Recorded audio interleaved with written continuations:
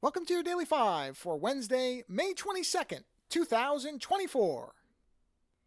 Some of you have likely seen the news stories around Scarlett Johansson's successful lobbying for OpenAI to remove the Sky voice from their ChatGPT 4o, O as in, I guess, Osiris or whatever, version of the software, which was demonstrated last week, beginning of last week, I think on Monday.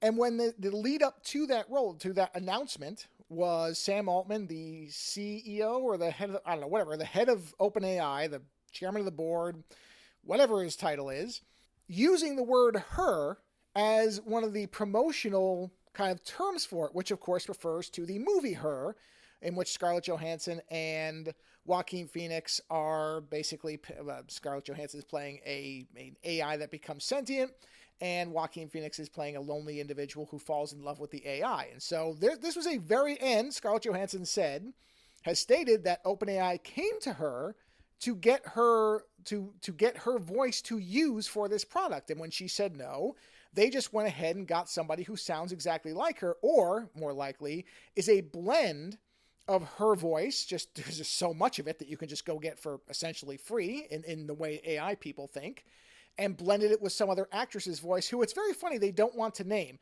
Now, some people have said this person doesn't exist. I do believe that this other person exists. They likely found somebody who had a very similar voice, and I think they're right to conceal her identity because she would likely get an avalanche of hatred from Scarlett Johansson fans. So I understand why they don't want to release that name. But more importantly than all the rest of this surface level crap is there are people who think that there should be absolutely no guardrails on this stuff, that you should just let these tools consume everything. That's the only way for them to advance, and that to try to slow them down is being regressive and being a Luddite, and you're anti-technology and all these other garbage terms they throw out.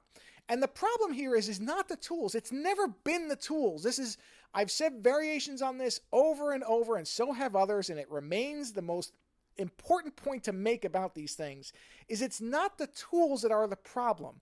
It's the people who control the tools, which at the current time are all private industries and private owners who absolutely do not care about anything other than either making a name for themselves or making money. And that's why there has to be at least some type of regulation of these things. Anybody who says otherwise, that, oh no, that makes you a doomster, I've heard that term thrown around too, that if you have any apprehension about these tools and what they're going to do, that you're a doomster, as opposed to maybe having a legitimate and moderate concern over what these tools will do, because this stuff keeps happening. We keep seeing that the people who are in charge of these tools are not to be trusted. How many Sam Altmans, Elon Musk types, how many Mark Zuckerberg, how many of these types of people are we going to see come and go where we know that they do not have good intentions? I'm not saying they're evil, they're not devils or anything like that, but they clearly do not have any interest outside of their own involved. And that clearly cannot be to the benefit of everyone else. So you can't say that these tools that, again, are under the control of these types of individuals are going to be to the benefit of everybody when these people have no interest in benefiting everybody. They want to benefit themselves or their bank accounts. So that's the problem with people who are AI optimists, who think, oh, we're all going to have a transformed life because these tools are going to make everything better. No, they're not. I mean, I shouldn't say it that way. They're not going to just for free, with no cost and with no potentially negative downsides, suddenly transform the planet, because the people in charge of them, if you think that the funniest part of all this to some degree is that people, the people who are in charge saying there should be no guardrails, no regulations, except there already are. They are the regulations because they control the tools.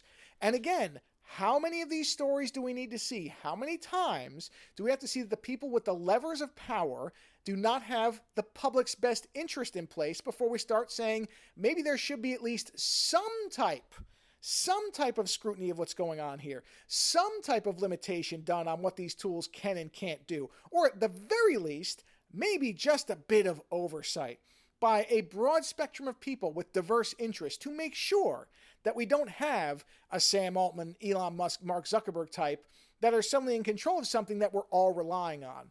I know that makes me sound like I'm anti-AI, which I am not. I'm just anti having a small group of people that I don't trust in control of powerful things. We should all be able to buy into that one. Later.